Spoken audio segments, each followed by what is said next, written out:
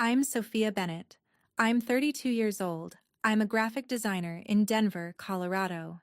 And this morning, I woke up to 29 missed calls from a number in Illinois. I stared at my phone so long my coffee went cold in my hand, because deep down, before I even listened to a single voicemail, I already knew who it had to be. Some memories do not fade with time. They wait.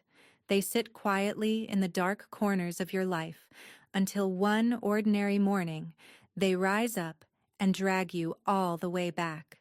For me, it was one sound, one number, one flashing screen, and suddenly I was 12 years old again, standing alone inside Union Station in Chicago, watching the only people who were supposed to protect me turn my fear into entertainment. My mom left me at a train station as a joke. They laughed. They actually made a bet over whether I could find my way home on my own. I can still remember the way my stomach dropped when I realized they weren't coming back after me. The way every face in that station looked unfamiliar. The way the whole city felt too big, too loud, too cold for a little girl with almost no money in her pocket. That was the day everything in my life split into two versions. The girl I had been before that moment, and the person I had to become after it. I never went back. Not that night, not the next week, not ever. I built a different life, a different name, and a future so far from them that most days I could almost believe they no longer existed. But this morning, those 29 missed calls proved something I had spent 20 years trying to bury. The past does not always stay where you leave it. Sometimes it comes looking for you. Hey, does the weather where you are feel perfectly in tune with your current mood right now? Growing up in Willow Creek, Illinois, taught me very early that appearances meant everything in my family. To our neighbors, we looked solid and respectable, the kind of middle-class American family people pointed to when they wanted to talk about hard work and good values. My parents owned a small but successful chain of home goods stores, the kind of places that sold kitchen mixers, bedding, discount coffee makers, and every random household item people forgot they needed until they walked past a bright display.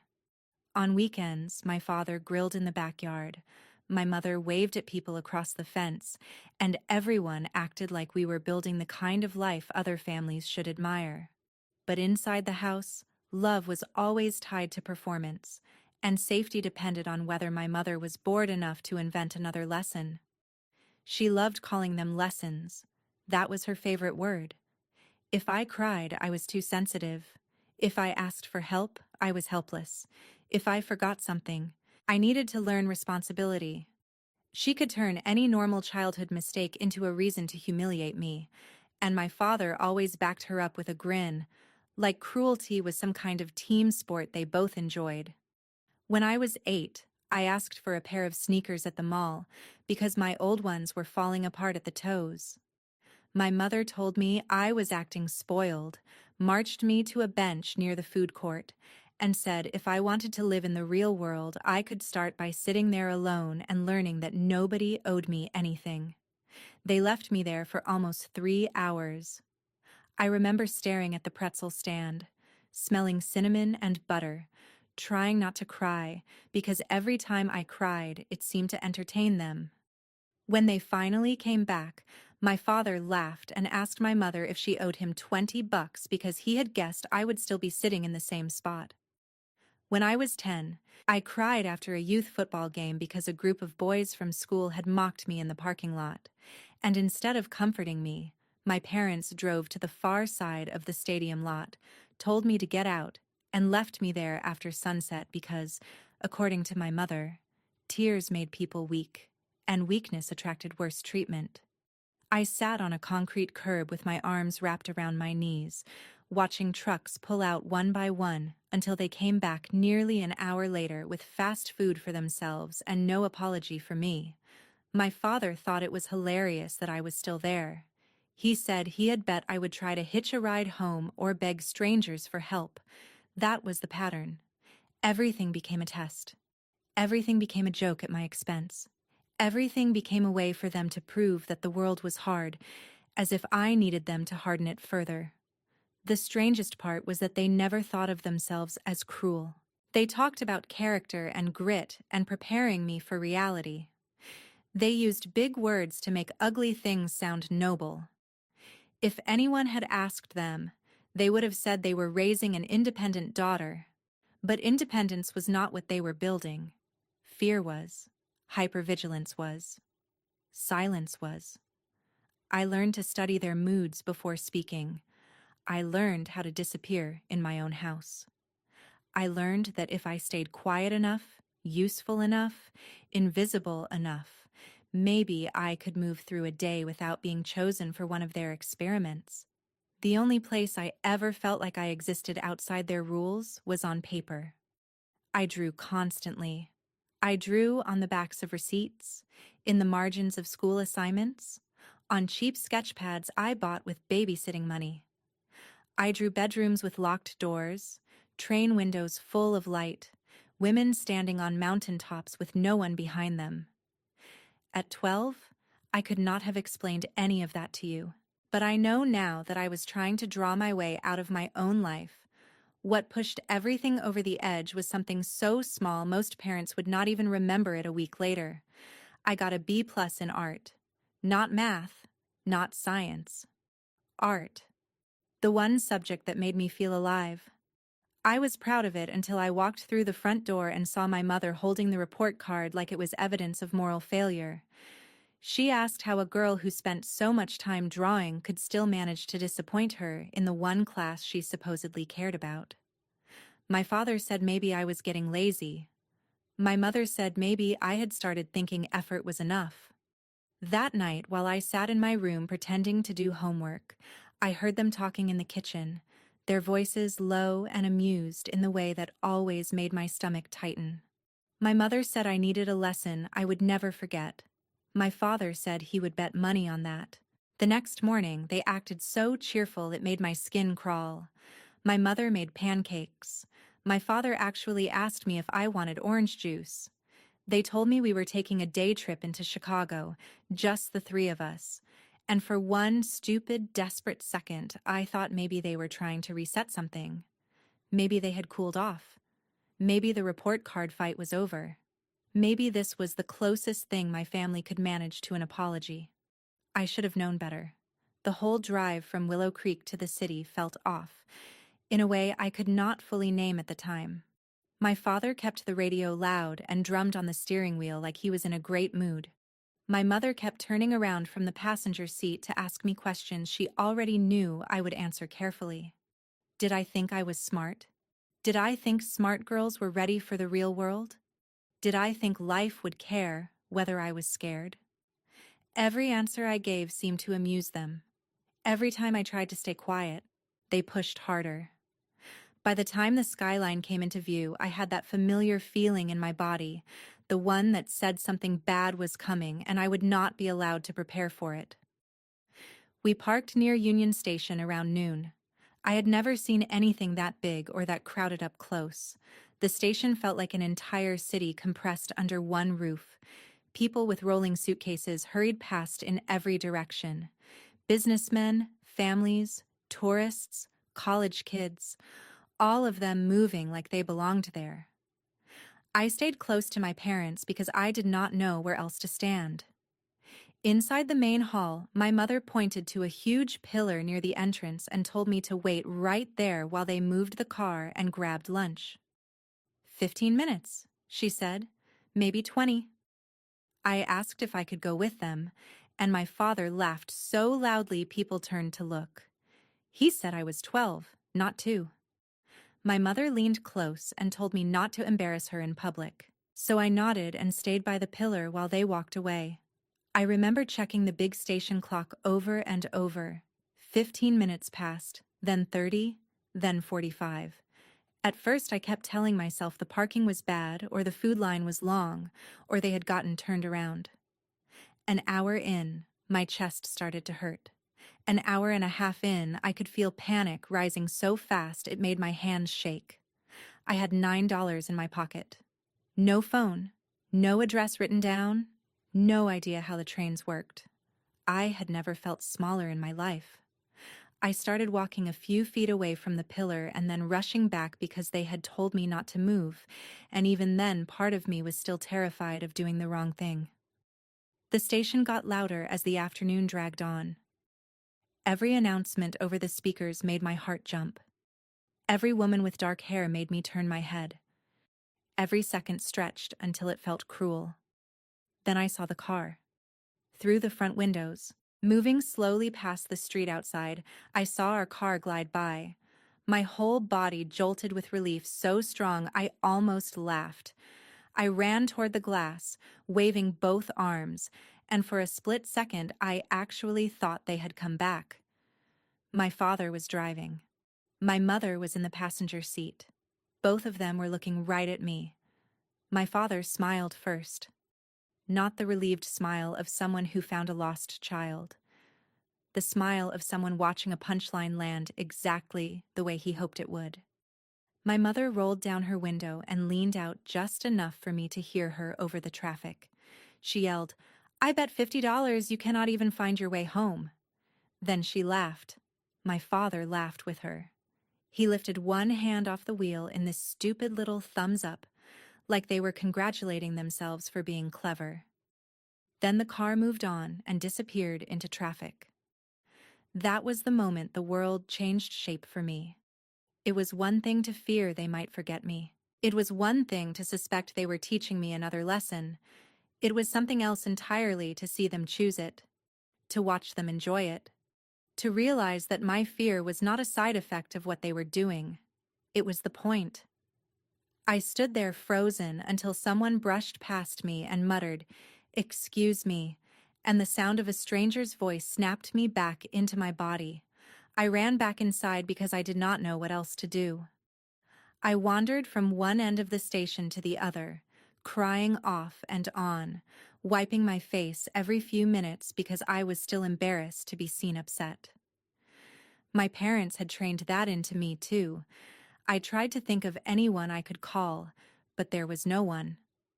I tried to picture the route home, but home might as well have been another country.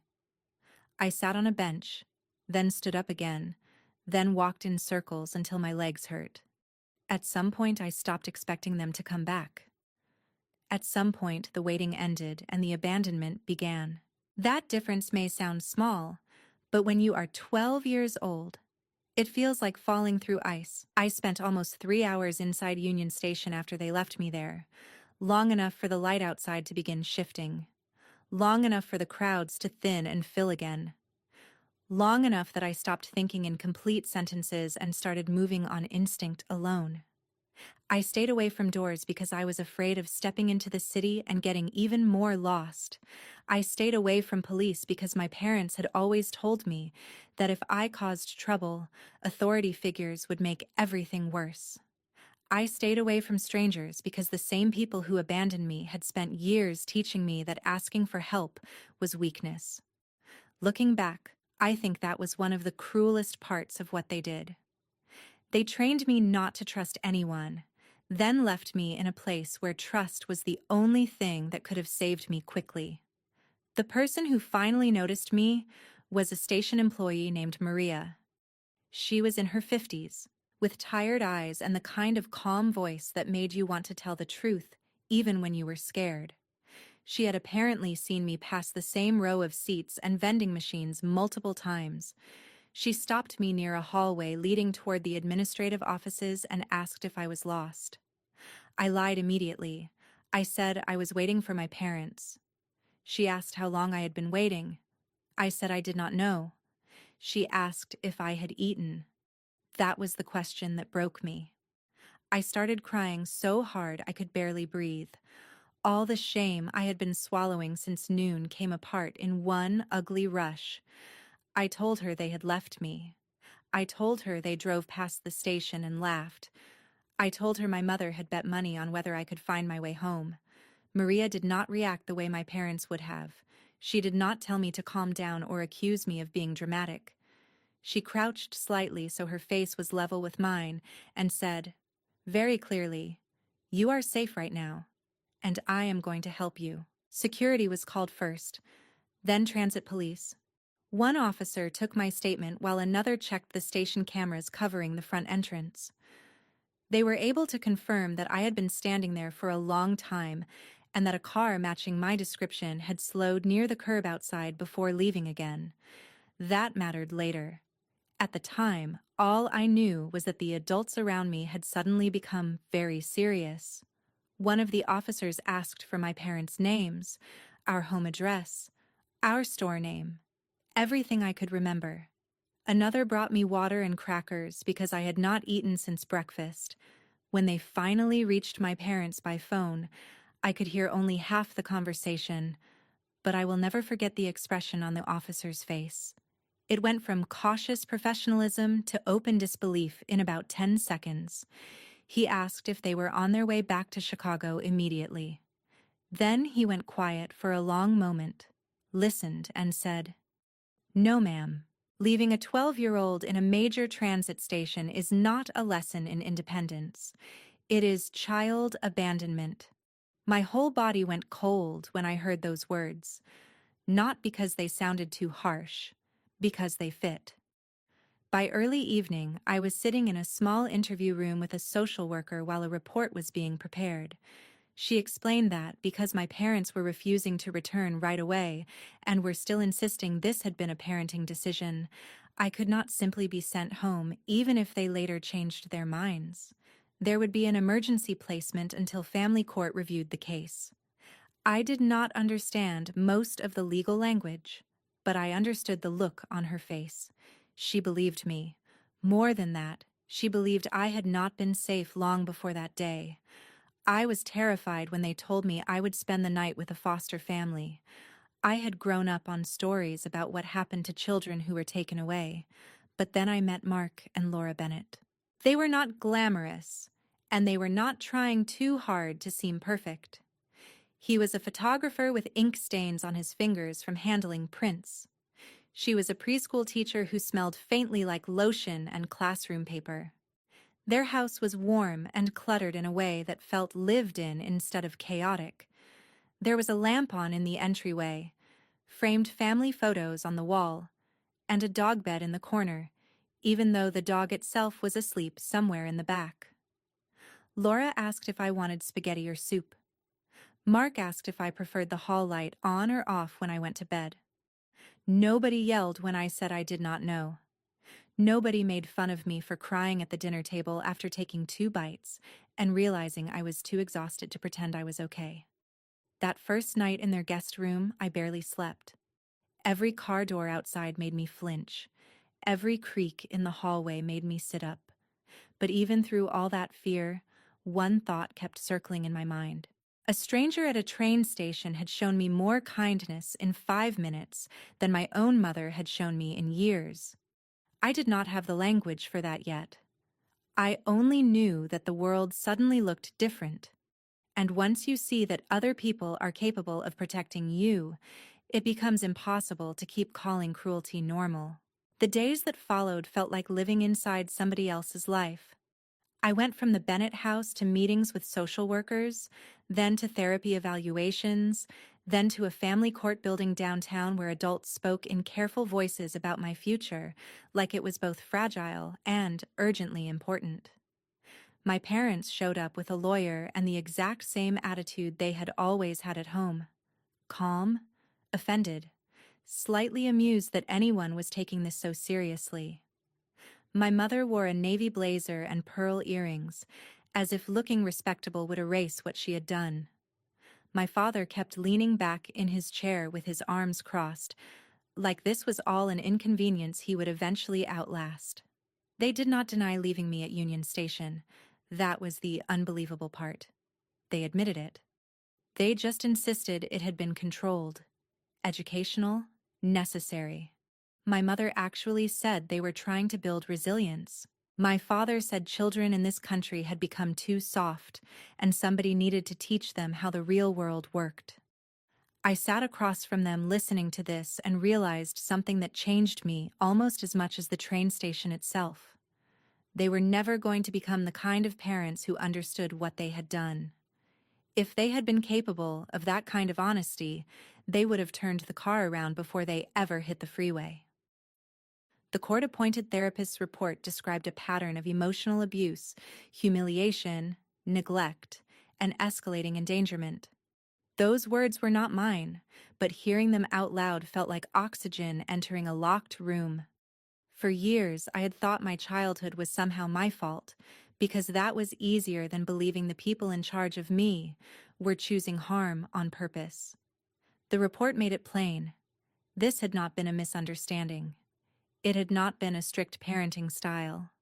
It had been abuse dressed up in middle-class language. When the judge finally asked if I wanted to return home while the court monitored the family, I said no. So quickly the answer seemed to shock even me. My mother stared at me like I had slapped her. My father muttered something under his breath about ingratitude. The judge did not flinch. The next phase was supposed to be a path toward reunification. Parenting classes, family therapy, supervised visits, regular reviews. A long process designed to give my parents a chance to prove they could change. On paper, it sounded fair. In reality, my parents treated it like a public insult. They hated the idea of being evaluated. They hated the idea of oversight. They hated that teachers, therapists, and court officers now had access to the private face of the family they had spent years polishing for everyone else. My father complained more about the damage to the store's reputation than he did about losing custody of me. My mother kept saying she would not let the state tell her how to raise her own child. And then, in the most important moment of the entire case, they were given a choice. They could commit to a 2-year reunification program and do everything the court required. Or they could voluntarily surrender their parental rights. They chose surrender. Just like that.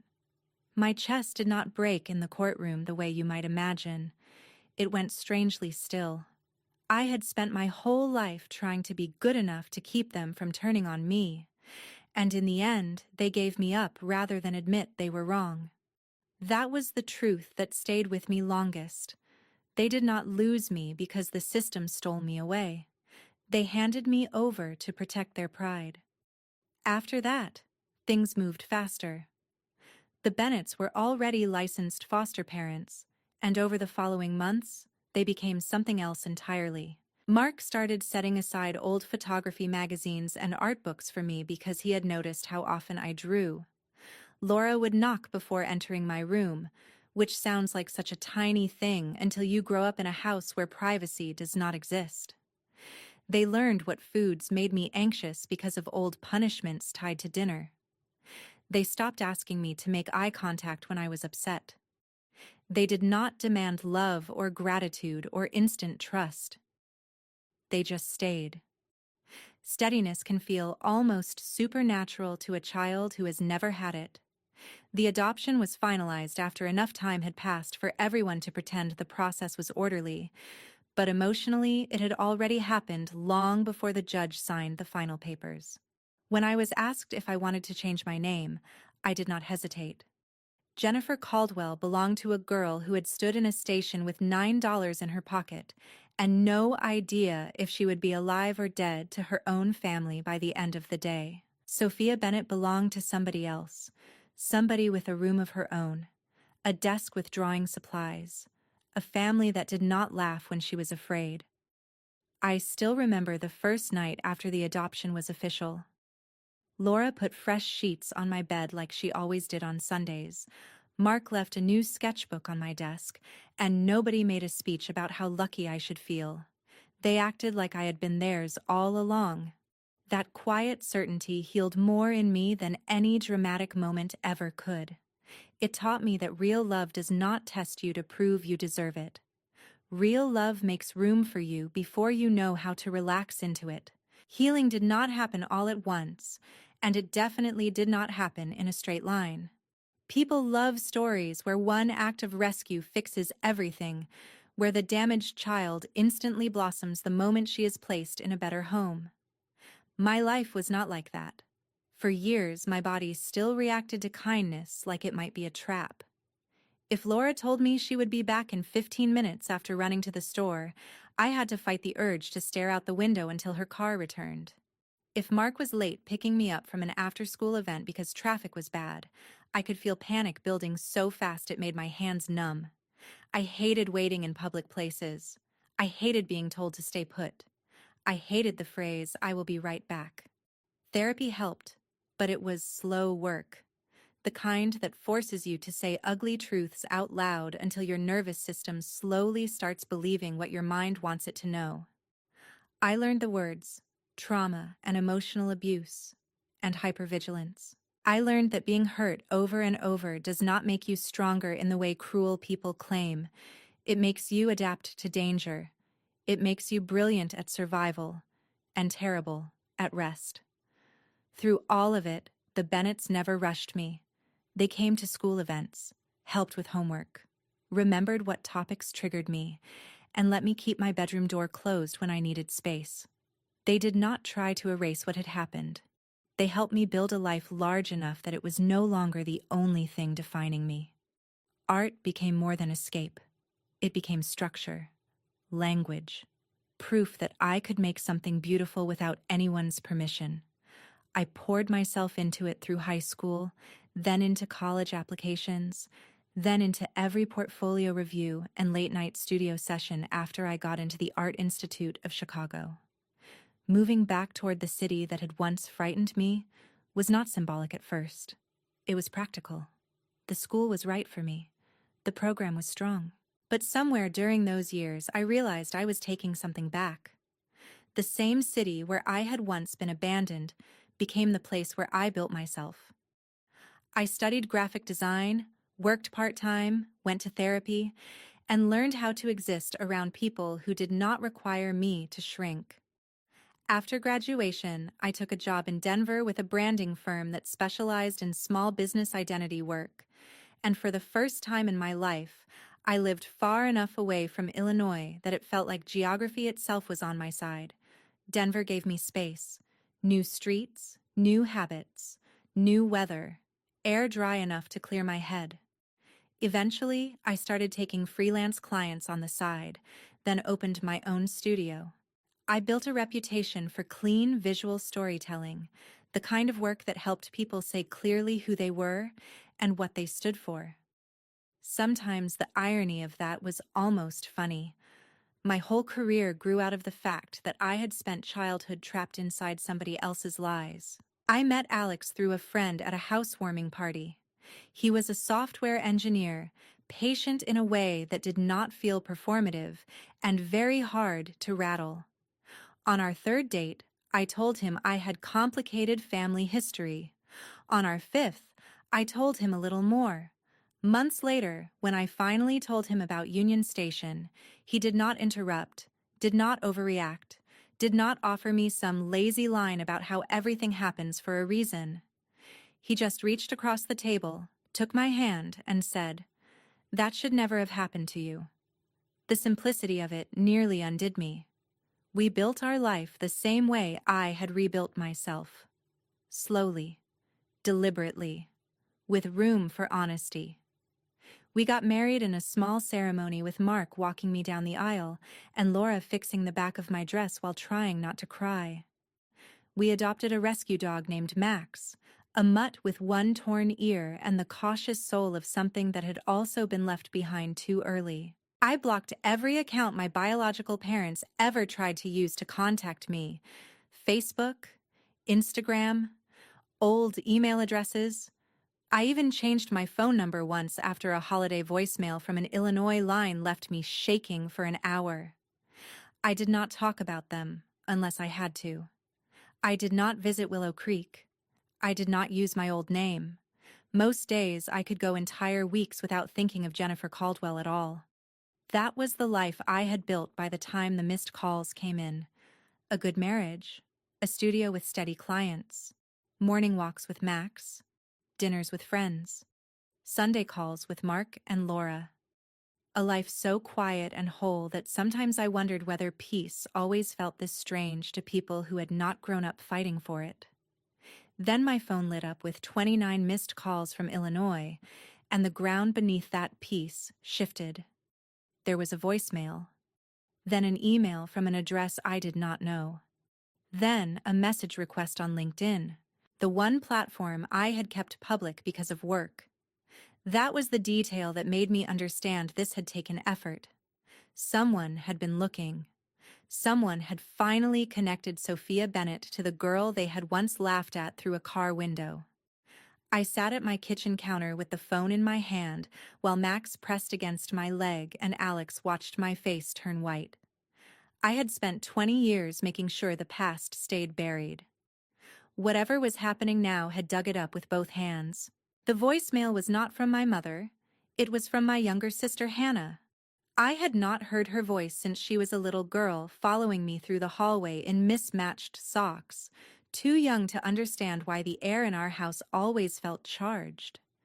Her voice sounded older, rougher, the way voices do when life has pressed hard on them. She said our mother had late-stage cancer. She said our father had suffered a mild stroke 6 months earlier. She said the stores were gone. Not struggling. Gone. One by one, closed or sold off at losses. After the family story I thought had been buried in court records resurfaced in the worst possible way for them. A relative had posted about the train station incident in a local Facebook group after my mother, in a stunning act of hypocrisy, left a comment on someone else's parenting post about how children today needed stronger discipline. That one comment opened the door. Old neighbors started talking. A retired court clerk, who should probably have minded her own business but did not, hinted that the rumors were true.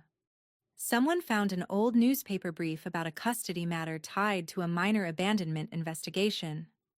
Then, a former employee from one of the stores chimed in about what my parents were like behind closed doors. The image they had spent decades curating collapsed in public, fast and ugly. Customers stopped coming. People drove to bigger chain stores in the next town rather than give them another dollar. Church friends went quiet. Civic groups stopped calling. Willow Creek, which had once protected them with gossip and politeness, turned on them with the same tools. Hannah said they were living in a subsidized apartment outside town now. No house, no stores, no standing, no version of the old family left to hide inside. Then she said the line that told me exactly why there had been 29 missed calls instead of one respectful message. They wanted me to come back. Not because they had suddenly become different people. Not because time had made them brave enough to face the truth. Because they were out of options and terrified of dying alone. I asked Hannah why she was calling if she knew I had every reason not to answer. There was a long pause, and then she said, "Because I wanted you to hear it from someone who is not lying to you." She told me she had cut contact too, not years earlier, but recently, after becoming a mother herself, and finally requesting copies of the court paperwork to understand what had really happened when I disappeared from the family. Our parents had spent years telling her a watered-down version, that I had overreacted, that the state had overreached, that I had been manipulated by foster parents who wanted a daughter. Hannah said reading those records felt like being hit by a truck. She looked at her own little boy after that and realized she could never let people like that near him again. Hearing that should have made me feel triumphant. Instead, it made me feel tired in a place deeper than anger. She asked if I would come. I said I would think about it. Alex told me I owed them nothing. Laura told me whatever I chose. It had to be for my peace, not their comfort. Mark said very quietly that some people only look for the bridge after they have burned the house down. I sat with that all night. By morning, I knew one thing clearly. I was not going back to save them. I was going back to end it in my own voice. I flew into Chicago 2 days later and drove the rest of the way to the hospital where my mother was receiving treatment. The room smelled like disinfectant and stale fear. My father looked older than I had imagined, smaller too, as if illness and disgrace had finally stripped him down to the ordinary man beneath the performance. My mother still had that instinctively arranged face, even half sick, like dignity was something she could apply like lipstick. For a second, nobody spoke. Then my mother started crying before I had even sat down. Not a quiet cry either. The kind built to pull focus. She said my name. My old one. I corrected her once and only once. Sophia. She nodded, dabbing at her face, and my father said they had made mistakes. Mistakes. The same cowardly word people use when the truth is too ugly to say out loud. I told them no. A mistake is missing an exit. A mistake is forgetting milk at the store. What they did was deliberate. They left a 12-year-old girl in a train station in a city she did not know, laughed while she panicked, and then spent 20 years lying about it to protect themselves. My father started to speak, probably to explain, but I did not come all that way to listen to another defense wrapped in softer language. I told them they had turned my fear into a game, and the reason they were sitting there now without a business, without respect, and without either daughter by their side was because games end. People find out. Children grow up. Truth catches up even in small towns that think silence can bury anything. My mother asked if I could forgive them. I told her forgiveness was not a debt I owed to people who only came looking for me when their lives fell apart. I said the sentence I had been carrying in some form since I was 12 years old. You bet on whether I could find my way home. I did. I just did not come back to yours. They both cried then, but for once their tears did not move me. I was not cruel. I did not yell. I did not insult them. That was the part that surprised me most. Revenge, when it finally came, did not feel loud. It felt cold, clear, exact. I told them I would not be paying bills, managing care, or restoring contact. I told them Hannah had every right to protect her own child from them. I told them my family was in Colorado and Illinois with the people who had